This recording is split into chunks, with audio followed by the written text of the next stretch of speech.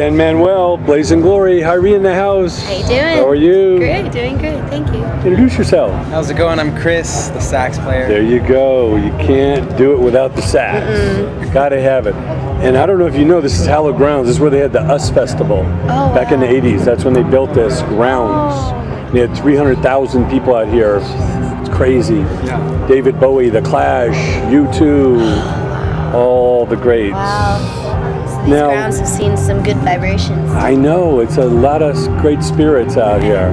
So now, give us a little idea where you grew up and what was your path to get into music.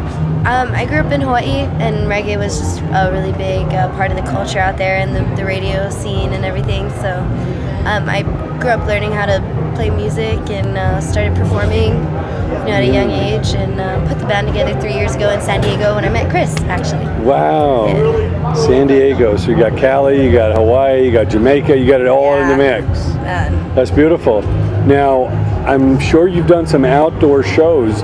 Any really kind of surreal or spectacular settings that you've kind of stepped out into and it's like, wow, this is magical? Recently we played in North Carolina. What was it? Wilmington Amphitheater, Greenfield. Yeah, Greenfield Amphitheater. That's great. Along like a riverbed. And yeah, it was like a swampy kind of but like swamp. With alligators, right? Alligators and all kinds of like really pretty flowers. You had to step over the moat to get to the stage. Pretty much. How about Red Rocks? There. Have you performed at Red Rocks? I haven't been there yet, but I've only imagined how amazing that must be to be in the presence of it's just like seeing those the natural formations and in the city of Denver out below, and that's great. So now tell us about your latest music and what you're most proud of achieving, creating it. Well, we're just about wrapping up a new album. It's called Wandering Soul, and it comes out August 19th. I'm really excited for this. So it was fan raised. So we were able to do a Kickstarter campaign to fully fund our album, and now we're going to be putting it out with Root Fire Cooperative, and I'm really excited about the plans we have for the release of this album. Now, how empowering is that to be able to have your fans help you create the music and then give it back to them? Oh, it's a super amazing thing. I mean, in today's day and age, to be able to have that kind of opportunity and to have technology allow you to reach out to fans in such a way is great. And it also allows us to remain independent. So, we don't have to owe anything to anybody else except to the people we want to. Kind of that pure handoff to the fans without all these people touching it. Exactly. In between. The more hands on it, the more it's not yours. Exactly. Yeah. It's it really was a group effort. And there's so many hands involved, so that makes it special. That's great. Now, tell us some of the other international territories that you've had a chance to perform in. We did get to go to Mexico lately. We went to Cabo San Lucas. Cabo. Yeah, that was a great for the women's surf competition out there. You get to perform out on the beach? Yeah, we were on the beach. It was beautiful. I don't know if we've been anywhere else international. Okay. No, but we have south of the border. Bucket list. Yeah, ready to take it to Europe and Asia. It'd be really nice. South We've America. collabed Australia with guys in Spain and Costa Rica, recording-wise. Okay. We never actually met the guys in Spain. We met Cayeto from Ojo de Way at Cali Roots 2 years ago, and then he recorded stuff in his studio. She recorded stuff. So we're making the connections. Yeah, but we have yet to go to Spain or Costa Rica. Yeah. Okay, we got something to look forward to. Now, what's the greatest thing about a festival like this, where you're kind of turned on to some new friends, hopefully, and you're hearing some new sounds, and you got royalty out here with Stephen Marley, and some veterans and some new people. What's the best thing about this for you?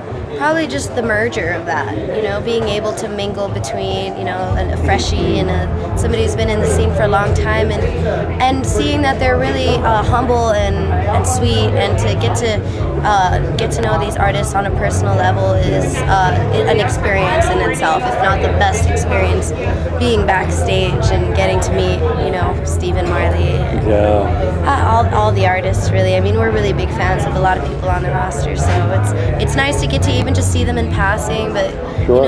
you know, there's a lot of respect for these Yeah, artists. there's a camaraderie between artists, and you know, a lot of people imagine it's this real competitive world and everybody's trying to steal each other's audience, but it really has more in common with each other. Yeah, and that's a great thing about even we just played California Roots. It's called, you know, it's a movement, and it really applies to everything, and to bands and artists. You know, you help each other and you uplift each other and you all move together. You know, there's that whatever saying, you know, you're stronger, you know, united than. That's beautiful. Now, through your experiences, all you've seen, what advice do you give to young players? People coming up, the creative, maybe they want to play in a band, maybe they want to create movies or videos, but from what you've seen, what advice do you give them so they're on the right path? Well, beside the obvious of like craft, you know, continue your craft and practicing and working on that, realizing that you're a part of like a big community. There's a lot of other people doing stuff that you're doing, and even in adjacent or related things, you know, bringing together and realizing we're all artists and like kind of culture creators, and that we have a role to be a community with each other and to create that community. We are the community. So I think being a part of stuff, you're really, like you were saying, you're stronger, realizing and being a part of the group and being a part of the whole, all the other artists and family that's out there. And I think that's where what helps us all get further is that we're all working together. Like you were saying, we're not stealing each other's audiences and stuff. So it's a family vibe. And you? He's a real culture creator. That is great. How about you? What advice do you give? A lot of people, they want to be famous or they want to be rich, but what's more important? Easy, following your passion. And that's just the advice I was given from my parents, my dad and my mom. They just always said, go for it, my love. You know, whatever it was I wanted to do, go for it. And that's something that, you know, I wish everybody could have. So when I meet someone with a passion for something, I'm always like, you need to do it. Like, do it now. Like, start now. Yeah. Don't talk about it. Like, get on it. 'Cause Don't I put was it a off. no person. I was like, no, I'm not ready. No, I can't do this. No, I'm not ready for that. I'm not this. Waiting not for the that. perfect time. Yeah. It may never happen. And then you learn. Yeah, I mean, if you don't start saying yes, it'll always be a no. So now I'm a yes girl.